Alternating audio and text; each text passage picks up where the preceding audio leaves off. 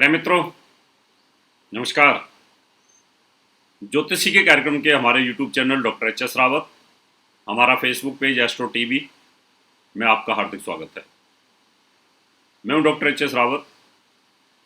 आज मैं आपको जानकारी देने वाला हूं 22 मई को शनि जयंती है और ये शनि जयंती 30 साल बाद स्वराशि के अंदर आ रही है। इसको ये कह सकते हैं कि प्रॉपर असली शनि जयंती। एक होता है कि हर साल शनि जयंती आती है, वो तो आती है हर साल, लेकिन स्वराशि के अंदर शनि जयंती आना ये अपने आप में एक महायोग और संयोग होता है। ये बहुत बड़ी बात है। इसलिए मैंने सोचा कि आज आपको जानकारी दूं कि शनि के जन्मदिन पर अगर आप शनि को प्रसन्न करते हैं तो निश्चित तौर पर आपकी कुंडली में जन्म के समय पर शनिदेव अगर आप प्रसन्न थे, रुष्ट थे, या आपकी कुंडली में आज की डेट में शनि रुष्ट हैं, क्रोधित हैं, कोपित हैं, शनि की साढ़े साती से, शनि की डैया से, शनि की महादशा से, शनि की अंतरदशा से अगर आपको तकलीफ दे रहे हैं तो उनको प्रसन्न किया जा सकता है और उसका बेनिफिट आपको मिल सकता है। तो मैंने सोचा क्यों ना आज आपको जानकारी दी जाए कि आज शनि जयंती का मनाना यानी 22 मई को मनाना और फिर शनि को हम किस प्रकार से ठीक करें, ये मैंने सोच करके आज का एपिसोड रखा है आपके सामने। और आज मैंने ये कहा है कि 3 उपाय, शनि के 3 उपाय ऐसे रहेंगे कि जो आपको पूरी की पूरी शनि की साढ़े साती, शनि की महादशा, शनि की ढैया, इन सब से कष्ट को दूर करने वाले हैं। ये आज मैंने आपको जानकारी दे दी, आज ये आपको बताऊंगा। क्योंकि शनि गोचर में जब चलता है तो 5 राशियों को प्रभावित तो करता ही है। 3 राशियों पर शनि की साढ़े साती होती है, 2 राशियों पर शनि की ढैया होती है। जिस राशि पे गोचर में चलता है उससे एक राशि आगे, एक राशि पीछे और एक जिस पे चलता है, तो 3 राशि तो ये हो गई, और एक उससे 6 राशि और एक 10 राशि आगे। यानी अभी जैसे शनि मकर में चल रहा है, मकर, कुंभ, मीन, मेष, वृष और मिथुन, 6 राशि आगे, यानी मिथुन पे ढैया है, और 10 राशि आगे यानी मकर, कुंभ, मीन, मेष, वृष, मिथुन, कर्क, सिंह, कन्या, यानी कन्या से हट करके 10वीं राशि तुला। तो तुला के ऊपर भी शनि की ढैया है। तो शनि की ढैया और शनि की साढ़े साती में 5 राशि, और जब गोचर में वो लगन में चलता है या किसी भी राशि में चलता है वहां से उसकी सप्तम दृष्टि होती है। अब शनि मकर राशि में चल रहा है तो सप्तम दृष्टि कर्क राशि के ऊपर है, तो कर्क राशि को भी पीड़ित करेगा क्योंकि शनि की दृष्टि खराब होती है, तो जिधर देखता है उधर वो नुकसान करता है। शनि की तीसरी दृष्टि वो मीन राशि के ऊपर है, तो मीन राशि को भी तकलीफ दे रहा है। और शनि की 10वीं दृष्टि स्वराशि से यानी नीच दृष्टि मेष राशि पर है, तो मेष, कर्क और साथ में मीन 3 राशि और हो गई, और 5 राशि शनि की ढैया और शनि की साढ़े साती इनमें हो गई।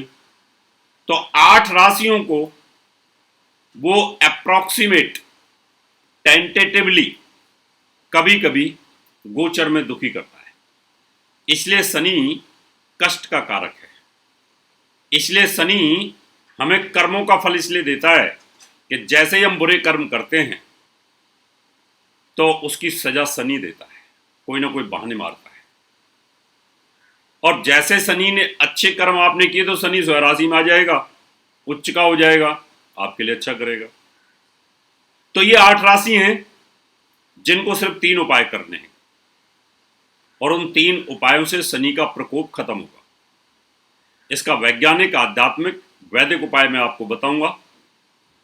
आपको उलझाऊंगा नहीं, आपको ये नहीं बोलूंगा कि जाकर के भाई 100 कुत्तों को रोटी खिलाओ, आपको ये नहीं बोलूंगा बकरी को चारा खिलाओ, ये नहीं बोलूंगा जाके आप मछलियों को आटा खिलाओ, साइंटिफिक। उपाय नंबर 1 वो मैं बताता हूं इन 8 राशियों के लिए, लेकिन उससे पहले आपसे निवेदन करूंगा मेरा यूट्यूब चैनल आप जरूर सब्सक्राइब करें, नोटिफिकेशन बेल को दबाएं और वीडियो को शेयर जरूर करें जिससे लोगों को भला हो। अब हम शुरुआत करते हैं इन 8 राशियों की, लेकिन ये ध्यान कर लेना आपका शनि बाई बर्थ अगर नीच का था, बाई बर्थ 6, 8, 12 में था और आज भी 6, 8, 12 में, तो आपको ज़्यादा कठिन उपाय करने की आवश्यकता है, शनि को ज़्यादा प्रसन्न करने की आवश्यकता है, क्योंकि वो बाई बर्थ बड़ा तकलीफ दे था। और शनि बाई बर्थ अच्छा है, जैसे मेरा स्वराशि में शनि है आज भी स्वराशि में ही है, तो मैं प्रणाम भी करूंगा तो भी बोलेगा ठीक है खुश रहो, आशीर्वाद है आपको। तो 8 राशियों की मैं जानकारी देता हूं आपको, और उन 8 राशियों में कौन कौन सी है। अभी हम मेष राशि की बात करें तो मेष राशि पर शनि की 10वीं दृष्टि आ रही है, क्योंकि जहां शनि बैठा हुआ है चौथी दृष्टि, चौथा केंद्रीय प्रभाव आ रहा है उसका। शनि अगर जहां बैठेगा तो केंद्र के अंदर यानी 1 से 4 यानी 10वीं है,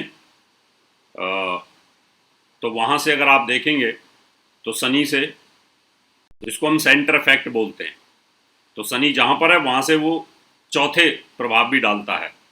तो जहां शनि है वहां से मेष राशि के ऊपर इसका केंद्रीय प्रभाव सेंटर इफेक्ट तो नुकसान करता है। तो मेष राशि के ऊपर भी शनि का प्रभाव रहेगा, और उसकी 7वीं दृष्टि कर्क के ऊपर है उस पर भी प्रभाव रहेगा, और उसकी जो 10वीं दृष्टि तुला के ऊपर है, तुला पर उसका प्रभाव थोड़ा कम रहेगा। उसका कारण यह है कि तुला में उच्च दृष्टि आ जाती है। तो हम शुरुआत करेंगे। सबसे पहले आपको जानकारी देता हूं मैं कि उपाय हमें करना क्या है। कोई भी जब उपाय करें तो आप ऐसा उपाय करना चाहिए जिससे दुआ मिले, और सबसे बड़ा उपाय इसका तेल का होता है और साथ में पीपल के पेड़ का होता है, और साथ में आप किसी को भरपेट खाना खिलाते हैं, क्योंकि शनि दरिद्रता का कारण है, शनि प्रजा का कारक है, शनि मजदूर का कारक है। आजकल जैसे मजदूर हैं इनको तकलीफ हो रही है, तो उनको अगर आप भरपेट भोजन खिलाते हो तो उसकी दुआ मिलती है, और जब दुआ मिलती है तो आपका मनोबल और आत्मबल बढ़ जाता है, आपके लिए अच्छा होना शुरू हो जाता है। तो पहला उपाय आप इस समय पर पूड़ी और छोले सब्जी या आलू की सब्जी, आलू की सब्जी इसलिए बोल रहा हूं जो जमीन के अंदर जो सब्जी पैदा हो रही है, आलू जमीन के अंदर है, तो आप आलू की सब्जी और पूड़ी स्वादिष्ट बनाएं, खुशबू वाली बनाएं, हींग डाल के बनाएं, क्योंकि इस तरह की जो खुशबू होती है वो शनि के प्रभाव में होती है। और साथ में हलवा बनाएं, छोले बना लें, काले छोले। ये आप शनि जयंती के दिन अगर गरीबों को बांटते हैं उनकी दुआ मिलेगी, और गरीब नहीं, प्रसाद कोई भी खाए उसको लाभ मिलता है। मान लो मैं मंदिर के पास हूं और वो प्रसाद मुझे आपने दिया और मैंने उसको खाया, ओ इस तरीके से करूंगा और मैं कहूँ हे भगवान इसके लिए अच्छा कर, दुआ मिलती है। ये उपाय करें, लेकिन इसको पहले आपको शनि देव के मंदिर में इस प्रसाद को चढ़ाएं, वहां भोग लगाएं, और भोग लगाने के बाद उसको आमंत्रित करने के बाद फिर आप इस प्रसाद को बांटें, क्योंकि अन्नदानम महादानम, अन्नदान से बड़ा दान कोई होता ही नहीं है। इसलिए हमारे यहाँ पर तो लंगर चलते हैं, गुरुद्वारे में चलता है, मंदिरों में चलता है, हमारे भंडारे चलते रहते हैं, दुआएं मिलती रहती हैं। हिंदुस्तान टिका हुआ है धर्म के ऊपर, बाकी किसी धर्म में कोई भंडारे चलते नहीं है, इसलिए उनकी हालत खराब रहती है। तो ये उपाय करेंगे, लाभ मिलेगा। उपाय नंबर 2, दान। आप गरीबों को दान कर सकते हैं, और गरीबों के अलावा आप किसी को भी दान कर, अपने गुरु को भी दान कर सकते हैं। शनि पैरों का कारक है, शनि जूतों का कारक है, क्योंकि पैर नीचे नीचे जो जांग से नीचे नीचे शनि के पास है। तो अगर आप उस किसी को लोअर देते हो, आप किसी को जुराब देते हो, आप जूते देते हो, चप्पल देते हो, तो शनि मजबूत हो जाएगा। आपका शनि मजबूत होगा, अच्छा करेगा और साथ में दूसरे को दुआ मिलेगी। इसलिए जूते चप्पल इनका कारक होता है, काली वस्तुओं का कारक है, आप इनको दे सकते हैं। आप चाय पत्ती दे सकते हैं, उसका भी ये कारक है। काली चीजें, काली दालें दे सकते हैं, चने दे सकते हैं, लेकिन उसको देनी चाहिए जो इनको यूज करे। दान कोई भी हो, यूज करने वाला होना चाहिए। ये नहीं कि आपने रखा और उसका यूज नहीं किया। अगर आप उसका यूज करते हो तो लाभ मिलेगा। तो दान कर सकते हैं, दान से दुआ मिलती है। अन्न दान कर सकते हैं, उससे भी दुआ मिलती है। इसको कोई नकार नहीं सकता। इसमें किंतु परंतु कुछ नहीं है। ये एक सॉलिड वैदिक उपाय है, इनका कोई मुकाबला ही नहीं। तीसरा है, पीपल के पेड़ से शनि बड़ा डरता है। डर इसलिए लगता है उसको कि जब शनि की 7.5, शनि की महादशा, शनि की अंतर्दशा चलती है तो शरीर के अंदर ऑक्सीजन लेवल कम हो जाता है, सांस लेने में तकलीफ होती है, हमारा नर्वस सिस्टम वीक हो जाता है, हमें अर्थराइटिक जॉइंट पेन आने शुरू हो जाते हैं।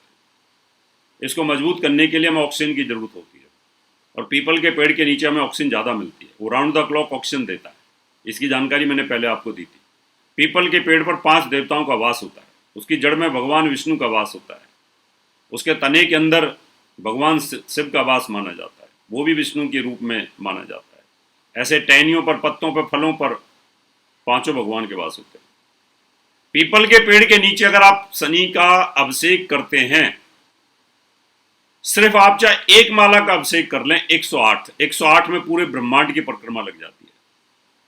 आप शनि की प्रतिमा ले जाएं, एक परात ले जाएं, 1.25 किलो तेल लेके चले जाएं और तेल को धीरे धीरे शनि की प्रतिमा पर डालते रहें और ओम सम शनिश्चराय नमः, ओम सम शनिश्चराय नमः, ओम सम शनिश्चराय नमः, और तेल डालते रहिएगा। 1 माला यानी 108। 108 के अंदर आपको धीरे धीरे करेंगे तो 5 से 10 मिनट लगेंगे। 10 मिनट के अंदर आपका एक छोटा सा अभिषेक हो जाएगा। अगर आपके पास बहुत ज़्यादा समय है, पीपल का पेड़ आपके पास है कहीं, तो आप ज़्यादा देर कर सकते हैं। जितनी देर अभिषेक करेंगे लाभ मिलेगा। उस तेल को फिर आप या तो वहाँ पर दीपक कोई मांगने वाला है तो आप उसको दे दें, या कोई जो पात्र होता है उसमें आप उसको डाल सकते हैं। तो आपके शरीर से नेगेटिव ऊर्जा खत्म होगी और पीपल का पेड़ उसको कहीं ना कहीं डिस्ट्रॉय कर देगा नेगेटिव ऊर्जा को, पॉजिटिविटी आएगी। शनि की महादशा, 7.5 अंतर्दशा, शनि की ढैया, इनके प्रकोप खत्म हो जाएंगे। तो मित्रों, आपको शनि जयंती की बहुत बहुत शुभकामनाएं। और ये शनि जयंती 30 साल बाद आ रही है। इसका लाभ लीजिएगा और इसके उपायों का लाभ लीजिएगा। और बाकी की राशियों की जानकारी मैं आपको दूंगा, क्योंकि समय का अभाव है, ज़्यादा लंबा मैं नहीं बोल पाऊंगा इस एपिसोड पे। जो राशियों की जो जानकारी मैंने देनी है कि कौन कौन सी राशियों पर क्या क्या उपाय और करने हैं, ये तो मैंने कॉमन उपाय बताए, वो मैं आपको अगले एपिसोड में जानकारी दूंगा, क्योंकि 13-14 मिनट का एपिसोड हो चुका है। अगले एपिसोड में आप इंतजार करिएगा। अब मैं आपसे हाथ लेता हूँ। नमस्कार। आपको शनि जयंती की दोबारा से बहुत बहुत शुभकामनाएं। शनि आपके लिए पॉजिटिव हो, सकारात्मक हो, आपके कष्टों को दूर करे। अब आपसे हाथ लेता हूं। और शनि से संबंधित कोई जानकारी के लिए या शनि से संबंधित अभिषेक कराने के लिए, शनि जयंती पर आप शनि से पीड़ित हैं और वो हमारे द्वारा अगर वैदिक अभिषेक कराना चाहते हैं तो आप मुझे संपर्क कर सकते हैं, और उसके लिए मैं आपको बता दे रहा हूं। दर्शकों, अगर आप अपनी कुंडली दिखाना चाहते हैं तो एक कुंडली 5100 रुपए, या वास्तु विजिट या पूजा पाठ करवाना चाहते हैं तो हमें निम्न पते पर संपर्क कर सकते हैं। हमारा दिल्ली का पता है महर्षि पराशर ज्योतिष विद्यालय, C9 महिंद्रा पार्क, पंखा रोड, नजदीक C1 जनकपुरी बस स्टैंड, नई Delhi 59। Phone number 25638157, mobile number 9212286090, 9811144156, email info@astrohubworld.com, website www.drhsrawat.com।